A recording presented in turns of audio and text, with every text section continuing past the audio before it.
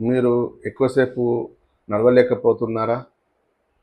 కింద నిలబడలేకపోతున్నారా? కింద కూర్చోవాలంటే భయపడుతున్నారా? మెట్లు ఎక్కడం, దిగడం చాలా ప్రాబ్లం అవుతుందా?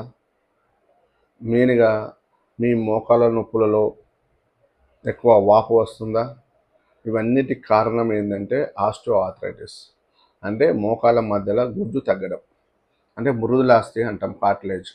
అది మధ్యలో కార్టిలేజ్ తగ్గిపోవడం వల్ల 2 ఎముకలు ఏమవుతాయంటే ఒకదానిపైన ఒకటి పడుతుంది ఇలాగా. ఒకదానిపైన ఒకటి 2 ఎముకలు పడి ఇది ఒకదానికి రాపిడికి గురవుతుంది. దానివల్ల అరుగుదల స్టార్ట్ అవుతుంది.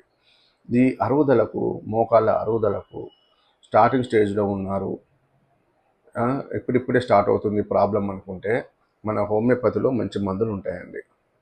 సార్ మరి హోమియోపతిలో ఎన్నాళ్ళ పాటు వాడాలంటారండి? మనం స్టేజ్ని బట్టి చూస్తాము. వాళ్ళ ఎక్స్‌రే కానీ చేయించిన తర్వాత ఎట్లా ఉందో స్టేజ్ని బట్టి చెప్తాము.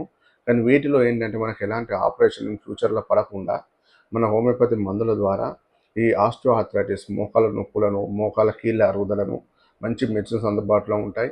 ఇందులో కాల్షియం మెడిసిన్స్ ఉంటాయి. ఇవి కొంచెం ఎముకలు గట్టిపడడానికి, అలాగే కాల్షియం మన బాడీలో అబ్జార్ప్షన్ అవ్వడానికి మందులు ఉంటాయి. ఒక్కసారి మీరు మన హోమియోపతి క్లినిక్కి సంప్రదించండి.